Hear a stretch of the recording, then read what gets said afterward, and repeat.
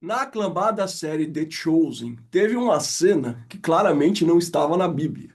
Ela é referência ao Sermão da Montanha, né? Principalmente as passagens de Mateus ali, 4, 5, faz uma referência específica a quando Jesus diz: E quando te forçarem a andar uma milha, ande mais uma. Basicamente, existia uma lei em Roma. Os romanos, eles eram guerreiros extremamente treinados para usar escudos muito pesados, material muito pesado. Isso era o diferencial deles em batalha, mas eram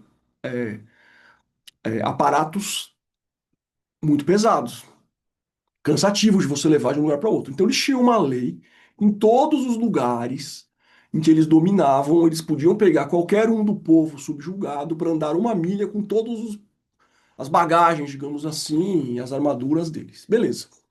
Na série The Chosen, o que acontece?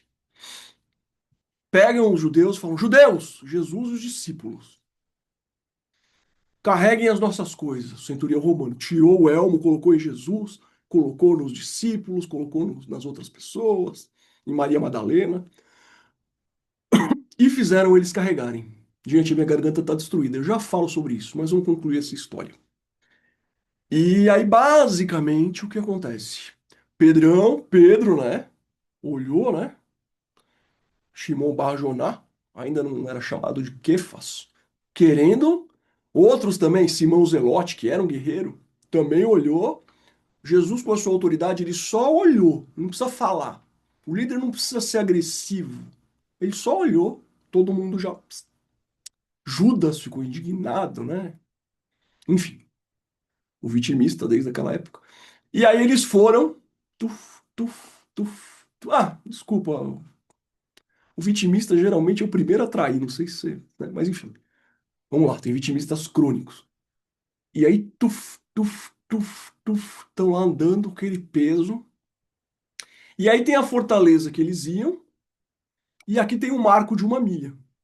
Então, para chegar na fortaleza, eram 2 milhas. Quando chegou aqui, ó, e já tava todo mundo assim, já tirando, né? Sabe aquelas empresas que no final do expediente o cara já tá levantando, já tá com o dedo no mouse para desligar às 6 em ponto? Essa mentalidade? Então já tá todo mundo tirando, né? Peso e tal. Jesus continuou andando. Uma milha extra. The extra mile. Ele continuou andando. Aí o centurião romano, que viu que estavam todos muito cansados com aquele peso, os judeus eram fisicamente muito mais fracos do que os romanos, que tinham treinamentos marciais, academia, né? Enfim, treinamento físico, eles tinham um porte até de descendência, os romanos eram em média mais altos, enfim, mais fortes. Aquele líder viu que Jesus continuou andando e ficou constrangido. E aí ele falou assim: Olha só, o que que você está fazendo? Já deu uma milha aqui. Aí Jesus vira e fala o seguinte: Sim, a lei obriga a gente a andar uma milha, mas não impede que a gente faça mais. A lei não impede que a gente faça um pouco mais. E ele continua andando. Aí, vendo o cansaço de Jesus, ele fala: mas pode pegar bem, eles podem interpretar mal, deixa eu tirar o teu capacete. E aí, ele fez com que os próprios romanos fossem tirando os pesos e admirando a força do povo judeu, que eles menosprezavam. Então, lógico, eles levaram alguns materiais até o final, mas eles fizeram brincadeira no começo, no final, todos os romanos estavam fazendo brincadeira constrangidos. Porque aquelas pessoas que não têm treinamento, que eram mais fracas fisicamente, andaram 2 milhas sem reclamar, fazendo algo que não lhes era necessário. Então Jesus, ele usou tem um outro termo também, um amor que constrange. Ele faz a mais que constrange. Mas isso vale para o mundo dos negócios também. The extra mile é sei lá, aquele prazo que você está fazendo e que, falando para os advogados, eu sou, né, consultor e mentor de advogados e também de empresários. Então é aquele prazo que você está fazendo que ele está muito bom. E aí já dá para protocolar, mas aí você, em vez de você tá com, quer ver, ó, você tá com o token na mão, você tá com isso aqui na mão, coloca no computador, plic, é só protocolar. Você fala, não, tem alguma coisa a mais aí que eu vou ganhar esse caso. E você estuda, e você já está cansado, e no outro dia você faz.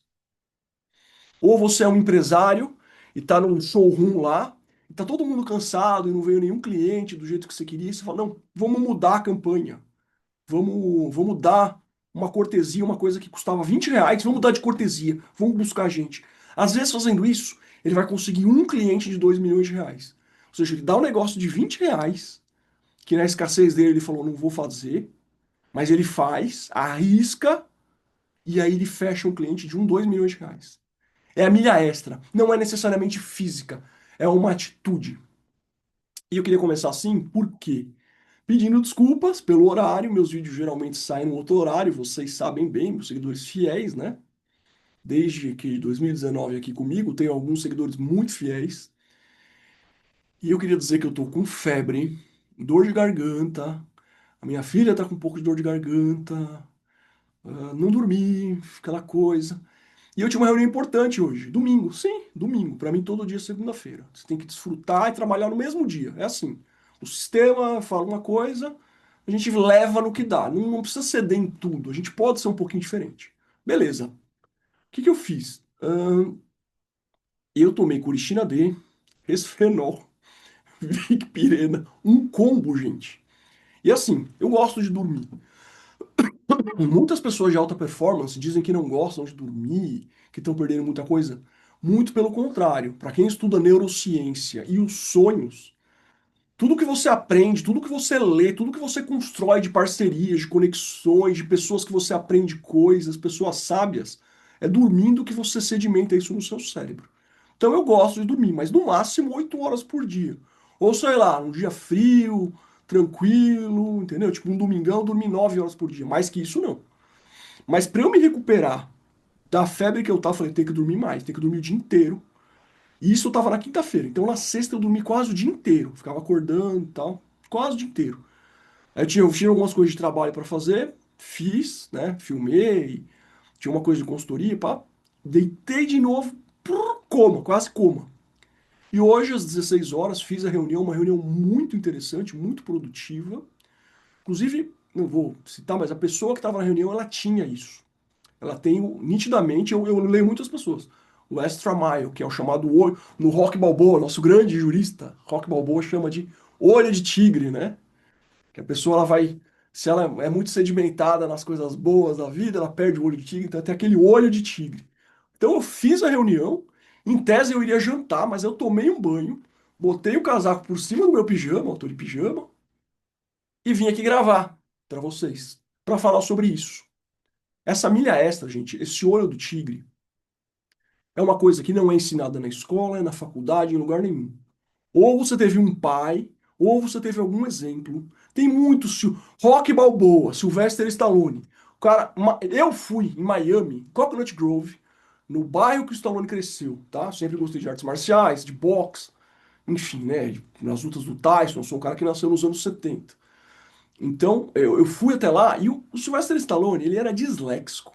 Ele fala daquele jeito assim, "Ah, ele era tido por burro na escola e tudo mais. Ele escreveu sozinho o roteiro de Rock Balboa. Foi humilhado milhares de vezes de sessões, não sei o que lá. Gente, um cara que não sabia falar inglês direito, disléxico, fez musculação, se baseou um pouco no Muhammad Ali para fazer o Apollo Creed, né? O Apollo Doutrinador aqui na dublagem brasileira. Maravilhoso, maravilhoso, ator maravilhoso. E pegou um lutador italiano que fez isso, teve uma chance, foi espancado, não foi a mesma coisa. Muita gente fala que foi baseado no Rock Graziano, mas ele fez uma mistura de dois casos. O Rock Graziano era um lutador que não era nocauteado, praticamente. Ele perdeu, mas assim, o queixo dele era de aço. E pegou um outro cara que teve uma oportunidade, então ele fez um blend de três, quatro histórias ali.